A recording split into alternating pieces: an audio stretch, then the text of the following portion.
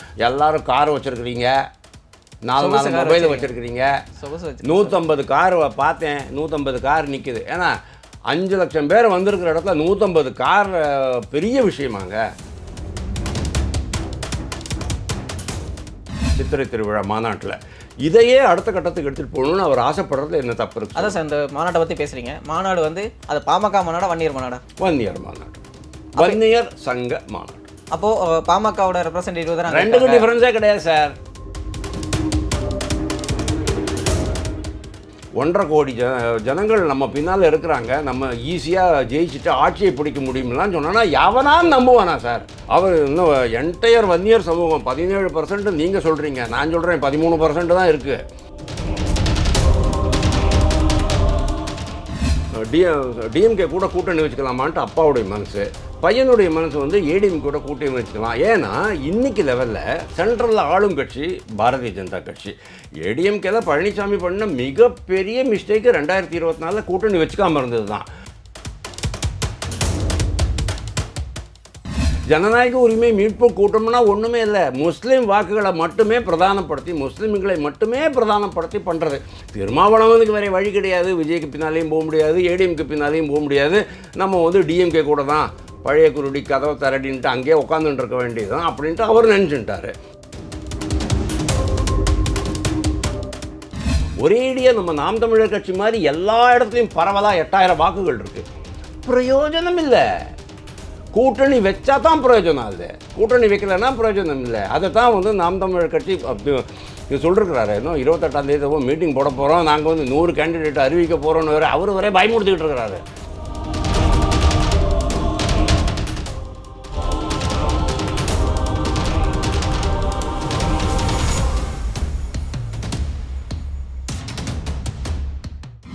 Yellow bench நேயர்களுக்கு வணக்கம். இன்னைக்கு நம்ம கூட அரசியல் விமர்சகர் வாசுதேவன் சார் இருக்காரு. அவர்கிட்ட கேட்க நிறைய கொஸ்டின்ஸ் இருக்கு, வாங்க கேட்போம். வணக்கம் சார்.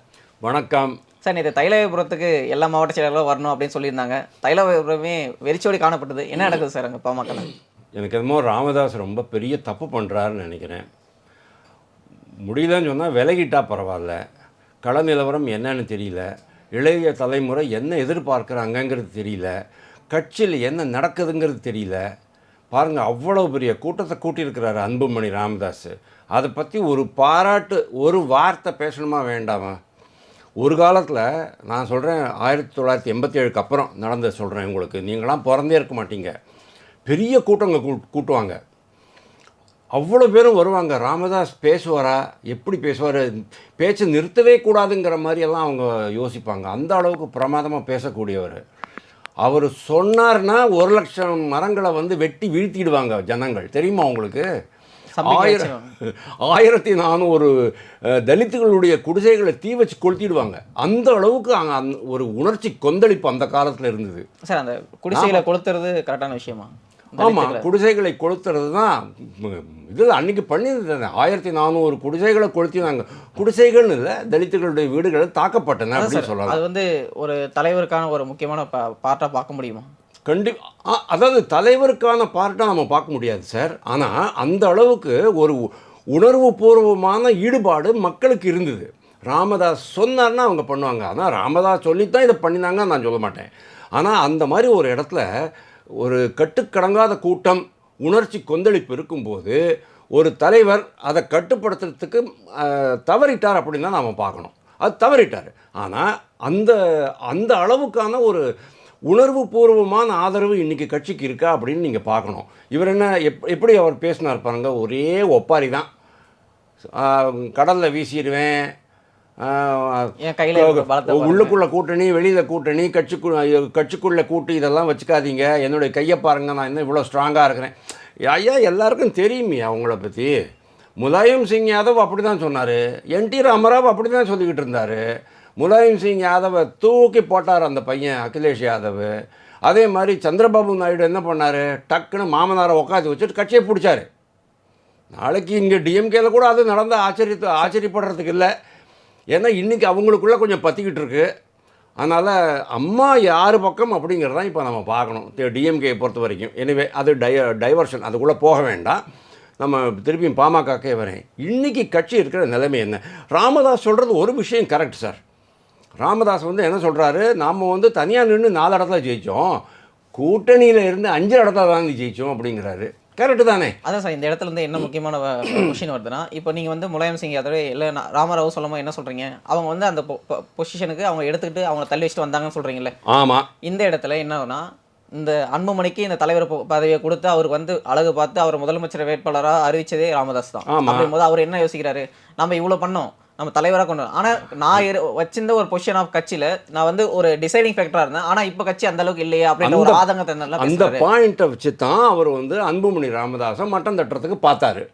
கூட்டணி இல்லாமல் 4 இடத்துல ஜெயித்தோம், கூட்டணி வச்சு 5 தானே ஜெயிச்சேன் அப்படின்ட்டு indirectly he is referring to Anbumani Ramadoss failure. இல்லை, அவர் ஸ்பீச் ஃபுல்லாகவே அன்புமணி பேசுகிற மாதிரி தானே இருந்துச்சு. ஆனால் இல்லை ஆனால் அவர் கட்சி ஆரம்பித்த காலத்தில் எந்த மாதிரியா கள நிலவரம் இருந்தது, என்ன சுச்சுவேஷன் இருந்ததுங்கிறதெல்லாம் அது வேறு. கட்சியில் யாரெல்லாம் தலைவர்களாக இருந்தாங்க, கட்சியில் மக்களுடைய ஈடுபாடு எவ்வளோ இருந்ததுங்கிறதெல்லாம் நீங்கள் பார்க்கணும். அதுக்கப்புறமா அதாவது 1967 நடந்த எலெக்ஷனும் 2024 எலெக்ஷன் நீங்கள் கம்பேர் பண்ண முடியாது, 2026 எலெக்ஷன் நீங்கள் கம்பேர் பண்ண முடியாது. ஏன்னா எக்கச்சக்கமான காரணிகள் இருக்குது. இப்போது திடீர்னு விஜய் கட்சி ஆரம்பிச்சிட்டாரு, இளைஞர்கள்லாம் விஜய் கட்சிக்கு போகிறாங்க. அண்ணாமலை தலைவராக வந்த உடனே பெரியவர் என்ன சொன்னார், டாக்டர் ராமதாஸ், இளைஞர்கள் எல்லாம் வந்து பாரதிய ஜனதா கட்சி பக்கம் போறீங்க, அதை நம்ம தடுக்கணும்னு அவர் தான் சொன்னார். அப்போ நீங்கள் என்ன பண்ணினீங்க? அப்போ அவர் கேட்குற கொஸ்டின்லாம் அன்புமணி நோக்கி கேட்குற கேள்வி ரொம்ப ரிலவெண்ட் சார். நான் இல்லைன்னு சொல்லலை சார். அன்புமணி ராமதாஸ்னால இந்த அளவுக்கு பண்ண முடியலன்னு சொன்னால் அதுக்கு காரணம் வந்து உங்களுக்கு இருந்த சூழ்நிலை வேறு, அன்புமணி ராமதாஸுக்கு இருந்த சூழ்நிலை வேறு. அப்படின்னா ஓகே, பெரியவர் சொல்கிறது சரி அப்படின்னு சொன்னால் ஏன் 16 பேர் தான் போனாங்க? அங்கே 250 பேரில் 16 பேர் தான் அங்கே போனாங்கன்னு சொன்னேன்னா என்ன அர்த்தம்? அவருக்கு வந்து இல்லை, அவர் மேலே தலைமை ஏற்று நடத்த முடியாது, அதனால் அன்புமணி பக்கம் நிற்கிறாங்க. கண்டிப்பாக அன்புமணி பக்கம் நிற்கிறவங்க என்ன பண்ணுவாங்க, அன்புமணியை பகச்சிக்க விரும்ப மாட்டாங்க. பெரியவர் இன்னும் கொஞ்ச நாள் தான் அரசியல் பண்ண முடியும்னு அவங்களுக்கு தெரியும். மோரோவர் இன்றைக்கி இருக்கிற இளைஞர்களுக்கெல்லாம் என்ன ஒரு எக்ஸ்பெக்ட் சார், 1.5 கோடி ஜனங்கள் நம்ம பின்னால் இருக்கிறாங்க, நம்ம ஈஸியாக ஜெயிச்சுட்டு ஆட்சியை பிடிக்க முடியும்லாம் சொன்னோன்னா எவனா நம்புவானா சார்? அவர் இன்னும் என்டையர் வன்னியர் சமூகம் 17% நீங்கள் சொல்கிறீங்க, நான் சொல்கிறேன் 13% தான் இருக்குது. அம்பாசங்கர் கமிஷனில் அவங்க சொன்னது 13%. எப்போ? 1982. எந்த ஒரு சமூகமும் ரொம்ப அபரிமிதமாக வளரவில்லைங்கிறது தான் உண்மை. அதாவது பர்சன்டேஜ் வைஸ் நான் சொல்கிறேன், மொத்த பர்சன்டேஜ். அதாவது அந்த காலத்தில் தமிழ்நாட்டில் 4 கோடி பேர் இருந்தாங்க, இன்றைக்கி 8 கோடி பேர் இருக்காங்க. அந்த காலத்தில் 4 கோடியில் உங்களுக்கு 13%, இன்றைக்கி 8 கோடியில் 13%, அவ்வளோதான் இருக்குது. ரொம்ப பெருசாக ஒன்றும் வளரலாம் ஒன்றும் செய்யலை. ஸோ இவ்வளோ பெரிய ஆனால் அந்த 13% உங்கள் பின்னால் நிற்கிறதுனா கிடையவே கிடையாது. ஏடிஎம்கேல எவ்வளோ பேர் சார் இருக்காங்க? டிஎம்கேல எவ்வளோ மினிஸ்டர்ஸ் இருக்கிறாங்க சார், வன்னியர்கள். அதாவது வன்னியர் சமுதாயமே வந்து எல்லா கட்சிகளுக்கும் பரவலாக இருக்குது. இன்றைக்கி வன்னியர் இளைஞர்கள் வந்து விஜய் பின்னால் போயிட்டுருக்குறாங்க. நிறைய பேர் பாரதிய ஜனதா கட்சியில் இருக்கிறாங்க, எனக்கு தெரிஞ்சவங்களே இருக்கிறாங்க. ஈரோடு பக்கம்லாம் நான் பார்க்குறேன், அவங்களாம் பாரதிய ஜனதா கட்சி வன்னியர் அப்படிங்கிறாங்க. சார் அதான் சார், நீங்கள் ஒரு அரசியல் சூழ்நிலை சொன்னீங்களா சார், ராமதாஸ் இருக்கும்போது ஒரு அரசியல் சூழ்நிலை, அன்புமணிக்கு ஒரு சூழ்நிலை இருக்குது. அப்படின் ராமதாஸ் அரசியல் சூழ்நிலை பண்ணும்போது அவர் என்னன்னா, இடசாதி கட்சிகளை கூட வச்சிருந்தாரு, கம்யூனிஸ்ட் கட்சிகளை கூட வச்சிருந்தாரு, தலித் இயக்கங்களை கூட வச்சிருந்தாரு. அவர் பேசின அரசியலே அம்பேத்கரியம், பெரியாரியம், கார்ல் மார்க்ஸ் அப்படிதான் அரசியல் பேசினாரு. ஆனா அன்புமணி இந்த அரசியல பேசுறாரா அப்படின்ற மிகப்பெரிய கொஸ்டின் இருக்குல்ல. ஏன்னா மேடையில ஏறி அவர் என்ன பேசுறாரு, நாங்க நெருப்புல இருந்து வந்தவங்க, நாங்க ஜாதி பெருமை பேசுற மாதிரி தானே பேசுறாரு. ஆமா ஆமா கரெக்ட். அரசியலுக்கு வந்து இப்ப இருக்கிற மக்கள் அரசியல எப்படி பார்ப்பாங்க அன்புமணியை? கரெக்ட். அன்புமணி ராமதாஸ் வந்து இந்த கட்சியினுடைய அந்த ஜாதி சாயம் இருக்கு இல்லையா, அதை மாற்றுவதற்கு ரொம்ப முயற்சி பண்ணார் சார். ஹானஸ்டா முயற்சி பண்ணார். ஆனா மேடையில மேடையில தெரியவே இல்லையே சார். அவர் மறுபடியும் அதான் சொல்றாரு, நாங்க நெருப்புல இருந்து வந்தவங்க. இருங்க, மாற்றம் முன்னேற்றம் அன்புமணி காலத்தை நான் சொல்கிறேன். அந்த காலத்தில் ரொம்பவே முயற்சி பண்ணாது. நம்ம வந்து ஒரு ஜாதியை மட்டுமே வச்சு இந்த கட்சி நடத்த முடியாதுங்கிறத ரொம்ப தெளிவாக அது இன்னொரு, அதாவது அந்த தலைவர் கருணாநிதி பண்ணினா மாதிரியே இன்றைக்கி இவங்க பண்ணணுங்கிறது அவசியம் கிடையாது. கருணாநிதி என்ன சொன்னார், கவர்னர் தான் வந்து வேந்தராக இருக்கணும், முதலமைச்சர் வேந்தராக இருக்க முடியாதுன்னா இவங்க வந்து அதுக்கு நேர்மாறாக சொல்லிக்கிட்டு இருக்கிறாங்க இல்லையா. அதே மாதிரி அந்த காலத்தில் இருந்த கொள்கை வேறு, இந்த காலத்தில் இருக்கிற கொள்கை வேறு. கொள்கைகள் உங்களுடைய அப்ரோச் இது எல்லாமே வந்து மாறி வரும் சூழ்நிலைக்கு ஏற்றவாறு மாற வேண்டும் அப்படிங்கிறது இவரோடது. அன்புமணி சாதிச்சிருக்கிறாரு. ஏன்னா அவர் வந்து சென்ட்ரலில் மினிஸ்டராக இருந்துக்கிறாரு, நல்ல அக்கோலேட்ஸ்லாம் பாராட்டுகள்லாம் வாங்கினவர் அதான் சார் அந்த பொசிஷன் எல்லாமே ராமதாஸ் வந்து டிசிஷன் எடுக்கும் போது தான் அவர் கைக்கு டிசிஷன் வந்த பின்னாடி அந்த வளர்ச்சியே கிடையாது. இப்போ 2021 எலெக்ஷன்ஸ் எடுத்துக்கிட்டிங்கன்னா பாஜக 20 சீட் வாங்குறாங்க, அதை விட அதிகமான சீட் வந்து பாமக வாங்கியிருந்தாங்க. ஒரே சீட்டு இப்போ 3 சீட் அதிகமாக வாங்கியிருந்தாங்க, 23 சீட் வாங்கியிருந்தாங்க. இப்போ அந்த பொசிஷனில் வந்து பாமக வந்து இருக்காங்களா 2வது பொசிஷனில்? So correct. அதாவது நீங்கள் முதல்ல கேட்ட கேள்வி இந்த கேள்வி கிட்டத்தட்ட ஒரே மாதிரி தான் இருக்குது. நான் அதுக்கு தான் பதில் சொல்லிகிட்டு இருக்கேன்.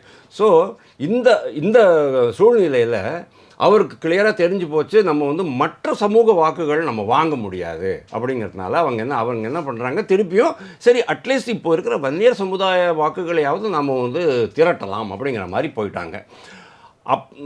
அவர் என்ன சொல்கிறாரு,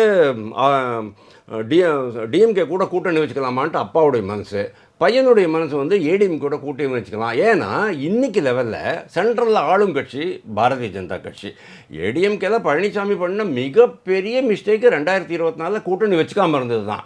அவர் மட்டும் பாஜகவிலேயே கூட்டணியில் தொடர்ந்து இருந்தார். பாமகவும் உள்ளே வந்திருக்கும், டிஎம்டிகேயும் உள்ளே வந்திருக்கும். 40க்கு 40 அவங்க அடிச்சிருப்பாங்க. இன்றைக்கி 2 மினிஸ்டர்ஸ், ஒரு கட்சிக்கு 2 மினிஸ்டர்ஸ் உட்காந்துருப்பாங்க. இது ஒரு மிகப்பெரிய தப்பு. இப்போ திருப்பியும் அதே சூழ்நிலை இங்கே வந்துகிட்டு இருக்குது. ஓகே, இப்போ அன்புமணிக்கு ரொம்ப நல்லா தெரியும், ஏடிஎம்கேலையும் வன்னியர்கள் இருக்கிறாங்க, அவங்க நம்மளுக்கு ஓட்டு போட மாட்டாங்க. ஆனால் ஏடிஎம்கே கூட சேர்ந்தாச்சு சொன்னோன்னா அட்லீஸ்ட் ஓரளவுக்கு நம்மளுக்கு அவங்களுடைய வாக்குகள் விழும் அப்படிங்கிறது தெரியுது. டிஎம்கே அதே மாதிரி மற்ற கட்சிகளில் இருக்கிற வன்னியர் வாக்குகள்லாம் வராது அப்படிங்கிறது தெரியும். அதனால் அன்புமணிக்கு என்ன இது அப்படின்னு கேட்டால், எப்படியும் இந்த டிஎம்கே போயிட போகுது, ஏடிஎம்கே தான் ஆட்சி. சார் நீங்க தான் சார் சொல்றீங்க போயிட போகுதுன்னு.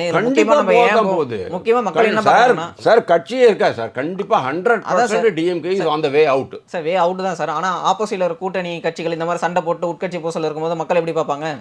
இதெல்லாம் பாருங்க, 90% எப்படி நம்மளுக்கு வந்து ஏடிஎம்கே உடஞ்ச போது 95% மாவட்ட செயலாளர்கள்லாம் எடப்பாடி பக்கம் நின்னாங்க இல்லையா, பசம் எங்கே இருக்குன்னா அவங்களுக்கு தெரியும். அதே மாதிரி இன்னைக்கு இவர் வந்து ஒரு பேப்பர் டைகர். ஆனால் உங்களுக்கு தெரியல சார், பாலிடிக்ஸில் வந்து பர்ஸ்பெக்டிவ் அப்புறமா என்ன நரேஷன் வைக்கிறதா முக்கியம். அப்படின்னும் போது கூட்டணி வந்து இந்த மாதிரி வீக்காக இருக்குது, 2 பேர் சண்டை போடுறாங்க, ஒரு கட்சியோட முக்கிய தலைவராக இருக்கிறது வந்து கூட்டத்துக்கு வந்து யாரும் வரல. இல்லை இன்னும் கூட்டணி வரைக்கும் அவங்க போகவே இல்லையே. அதாவது இப்போ இருக்கிற கண்டிஷனில் பாரதிய ஜனதா கட்சி இவங்க கூட்டணி வந்த அப்புறமா டிஎம்கேனுடைய அஸ்திவாரம் ஆட்டம் கண்டிருக்குங்கிறது தெரியும். எல்லாரும் முன்னுக்கு போய் முரணாக பேசிகிட்டு இருக்காங்க. ஒப்பீனியனை கருத்து சொல்லாத கனிமொழி கூட வந்து கருத்து சொல்ல ஆரம்பிச்சிட்டாங்க. அந்த மாதிரி ஒரு கண்டிஷனில் நேற்றுக்கு பாருங்கள், சோடங்கர் வந்து ஆஹா எங்களுக்கு வந்து ஆட்சியில் அதிகாரம் வேண்டும், நம்ம தனியாக ஒரு கூட்டணி அமைக்கலாமா அப்படிங்கிற மாதிரியெல்லாம் வந்து புதிய கருத்துக்கள்லாம் கொண்டு வராங்க. திருமாவளவனுக்கு வேறு வழி கிடையாது, விஜய்க்கு பின்னாலேயும் போக முடியாது, ஏடிஎம்க்கு பின்னாலேயும் போக முடியாது, நம்ம வந்து டிஎம்கே கூட தான் பழைய குருடி கதவை தரடின்ட்டு அங்கேயே உட்காந்துட்டு இருக்க வேண்டியதுதான் அப்படின்ட்டு அவர் நினச்சிட்டார். ஆனால் காங்கிரஸுக்கு அப்படி கிடையாது. காங்கிரஸுக்கு வந்து இப்போ கூட ஒரு தனியாக கூட்டணி, நம்ம தலைமையில் கூட்டணி அமைக்கலாங்கிற மாதிரி தான் அவங்க இருக்கிறாங்க. ஸோ இப்போதைக்கு ஏடிஎம்கே பாஜக கூட்டணிக்கு தான் வந்து ஒரு வலு அதிகம் அப்படிங்கிற அந்த தோற்றம் கொஞ்சம் கொஞ்சமாக டெவலப் ஆகிட்டு வருது. அப்படி இருக்கும்போது அன்புமணி ராமதாஸ் வந்து அதைத்தான் விரும்புவார். ஏன் அப்படின்னா, இங்கேயும் ஏடிஎம்கே வந்துடுவாங்க, பாஜக அங்கே இருக்குது, they will take care of us அப்படிங்கிற அந்த ஒரு நம்பிக்கை. அதனால தான் வந்து இவ்வளவு பேரும், நான் சொன்னேன் இல்லையா, இளைய சமுதாயம், இளைஞர்களுக்கு வந்து இன்றைக்கி வந்து ஏதாவது ஒரு போஸ்ட்டு, ஒரு ரெக்கக்னிஷன், ஒரு கட்சி பதவி அல்லது அரசு பதவி, இது மாதிரி ஏதாவது ஒன்று வேணும்.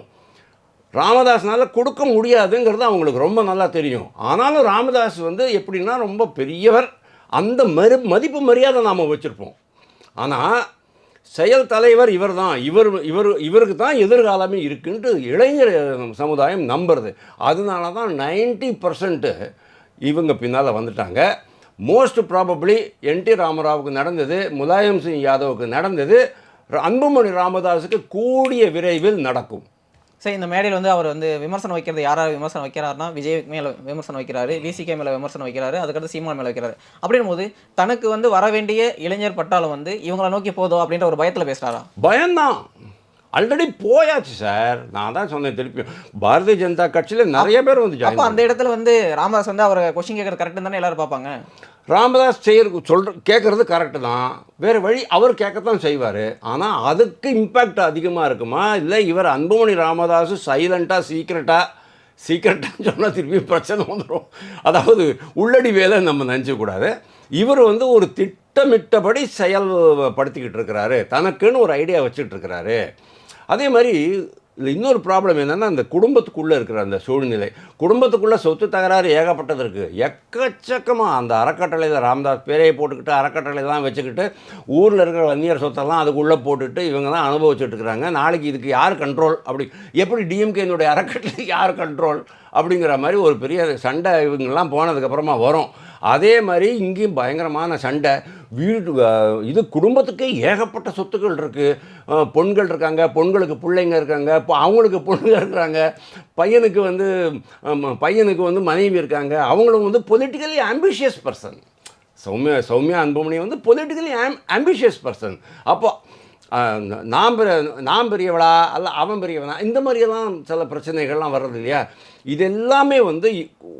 இதெல்லாமே ராமதாஸுக்கு ஒரு மிகப்பெரிய பின்னடைவை தான் தரும் அப்படின்னு நான் பார்க்குறேன். கடைசியில் யார், அதாவது இது ஒரு பெரிய கூட்டணி, ஒன்றும் இல்லை சார், இந்த கூட்டணி நாளைக்கு ஜெயிக்கிறதுன்னு வச்சுங்க. அதாவது ஏடிஎம்கே பாஜக கூட்டணி ஜெயிச்சு எடப்பாடி பழனிசாமி ஆயிடுறாருன்னு வச்சுங்க சிஎம்மா. உடனே அன்புமணி ராமதாஸ் செஞ்சது கரெக்ட் அப்படிங்கிறது புருவாகும்.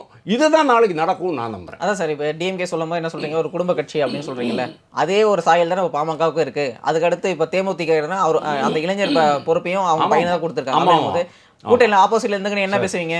திமுக வந்து ஒரு கூட்டணி ஒரு குடும்ப கட்சி பேசினா அதே விமர்சனத்துக்கு இங்கே வைப்பாங்கல்ல. அது கரெக்ட் சார், நீங்கள் சொன்னது கரெக்ட் சார். இந்த குற்றச்சாட்டு முனை மழுங்கி போயிடுது sir.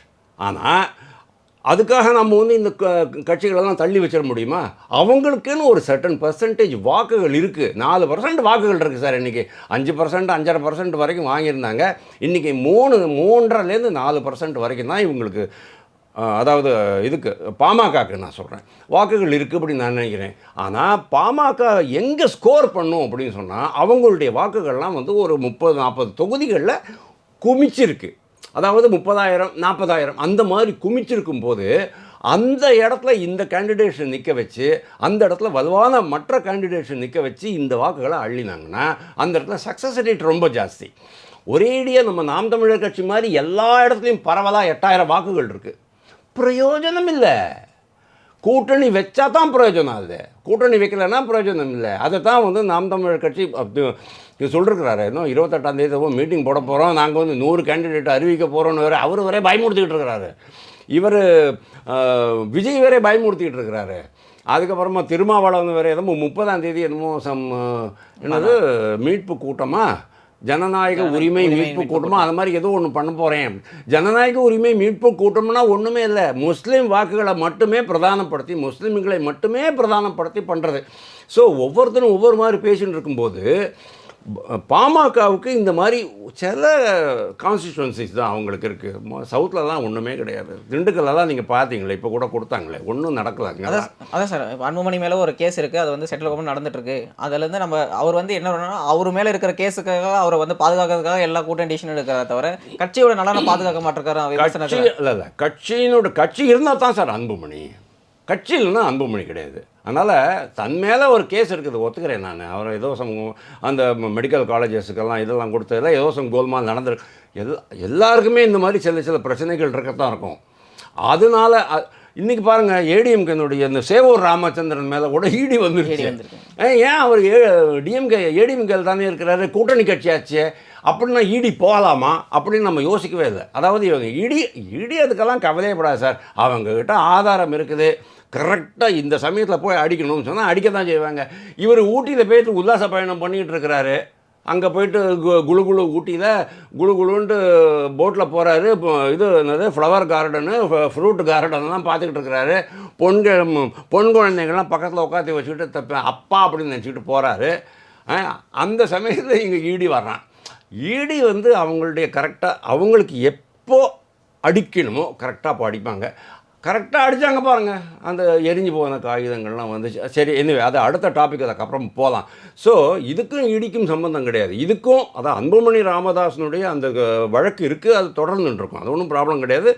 It will go to logical conclusion வச்சுக்கோங்க. பட்டு அன்புமணி ராமதாஸ் இந்த பாமகவை மிகவும் நேசிக்கிறார். அதை ஒரு பயங்கரமான கட்டுக்கோப்பான கட்சியை கொண்டு வந்து தன்னுடைய திறமையை பயன்படுத்தி இதை வந்து அடுத்த கட்டத்துக்கு எடுத்துகிட்டு போகணுங்கிறது ஹானஸ்ட்டாக ஒரு நம்பிக்கிட்டு இருக்கிறாரு, பாடுபட்டுக்கிட்டு இருக்கிறாரு. அந்த அந்த பலனை தான் நீங்கள் வந்து இதில் பார்த்தீங்க, திருவடந்தையில் பார்த்தீங்க, அந்த சித்திரை திருவிழா மாநாட்டில். இதையே அடுத்த கட்டத்துக்கு எடுத்துகிட்டு போகணுன்னு அவர் ஆசைப்படுறதுல என்ன தப்பு இருக்குது? அதான் சார், இந்த மாநாட்டை பற்றி பேசுகிறீங்க. மாநாடு வந்து அது பாமக மாநாடா வன்னியர் மாநாடா? வன்னியர் மாநாடு, வன்னியர் சங்க மாநாடு. அப்போது பாமகவோட ரெப்ரசன்டேட்டிவ் தான் ரெண்டுக்கும் டிஃபரன்ஸே கிடையாது சார். அப்போ அவர் வந்து கட்சி வந்து நான் எல்லாத்துக்குமான கட்சின்னு எப்படி கிளைம் பண்ண முடியும்? அன்றைக்கி வந்தவங்கள்லாம் ராமதாஸ்க்காக வந்திருக்கிறாங்க, அன்புமணிக்காக வந்திருக்கிறாங்க. ஸோ நேச்சுரலி அந்த அளவுக்கு வாக்குகள் அவருக்கு விழும் அப்படின்னு தான் அவர் எதிர்பார்க்கணும். அதான் நானும் அதான் எதிர்பார்க்கணும். அதான் அவர் சொல்கிறது மேடையில் என்ன சொல்கிறாரு, நாங்கள் வந்து எல்லாத்துக்குமான கட்சி அப்படின்னு சொல்கிறாரு. ஆனால் மாநாடு நடத்துறதோ ஒரு மீட்டு போகிறதோ எல்லாமே வன்னியர்களுக்காக பண்ணும்போது மற்ற மக்கள் அவங்களை எப்படி பார்ப்பாங்க? பாருங்கள், விஜய் கட்சிக்கு வந்த கும்பல் வந்து ரசிகர்கள் கூட்டம் தான். அது வந்து மாறாதுன்னுட்டு எல்லாம் வல்ல கமலஹாசனே வந்து சொல்லிட்டாரு.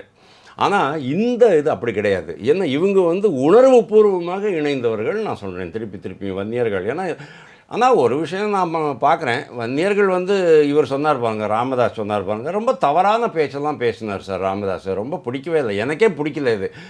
இங்கே எல்லாரும் நாங்கள் வந்து கட்சி அமைச்ச பிறகு வன்னியர்களுக்கெல்லாம் நிறைய பொருளாதார முன்னேற்றம் ஏற்பட்டு போச்சு. எல்லோரும் கார் வச்சுருக்கிறீங்க, 4 மொபைல் வச்சுருக்கிறீங்க, 150 கார் பார்த்தேன், 150 கார் நிற்குது. ஏன்னா 5 லட்சம் பேர் வந்திருக்கிற இடத்துல 150 கார் பெரிய விஷயமாங்க. அப்படின்னா என்ன, வன்னியர்களில் எல்லா வீட்லேயும் காராக வச்சுட்ருப்பாங்க. அதாவது இந்த தொண்டர்களெல்லாம் வெறுப்படைய வச்சு விட்டார் அவர். அதாவது யார் உங்களை நம்பி வந்திருக்கோமோ எல்லாம் நீங்கள் வந்து உள்டாவாக எங்களை திட்ட ஆரம்பிச்சிட்டிங்கன்ட்டு நிறைய பேர் மனம் நொந்து போயிட்டாங்க. அவங்க எல்லாருமே இப்போ அன்புமணி பின்னால் வந்துட்டாங்க. அதைத்தான் நம்ம அவர் என்ன சொல்கிறாரு, இந்த கூட்டம் வந்து திடீரென்று நடத்தப்பட்டதல்ல, ஒரு வாரம் முன்னாலே 10 நாள் முன்னாலே முன்னறிவிப்போடு தான் நடந்திருக்கு அப்படின்ட்டு. அப்போது முன்னறிவிப்போடு நடந்திருக்கு அப்படின்னு சொன்னால் 11ஆம் தேதி சித்திரை முழுநிலவு மாநாடு முடிச்சுட்டு 16ஆம் தேதி இவங்க வர முடியாதா இவங்கெல்லாம்? ஆனாலும் வரல. அதாவது நீங்கள் பிளான் பண்ணியிருந்தீங்கன்னு சொன்னால் கண்டிப்பாக அவங்களாம் வந்திருப்பாங்க. ஆனால் டிஸ்என்சாண்ட்மெண்ட் அப்படின்ட்டு ஒரு வார்த்தை இருக்குது. அதாவது உங்களை கண்டா எனக்கு பிடிக்கல, நீங்கள் பேசுனது எனக்கு பிடிக்கல அப்படிங்கிற அதாவது உங்கள் கூட அந்த மன இணைப்பு தொடர்பு, மனத்துடனான தொடர்பு, உணர்வு பூர்வமான தொடர்பு ராமதாஸ் கட் பண்ணிட்டார். அதுதான் அவர் பண்ண மிகப்பெரிய தவறு. அது வந்து அன்புமணிக்கு பெரிய லாபமாக அமைய போகிறது வருங்காலத்தில். ஸோ உங்கள் நேரத்தை ஒதுக்கி நிறைய கருத்துக்களை தெரிவித்தமைக்கு ரொம்ப ரொம்ப நன்றி சார். தேங்க்யூ.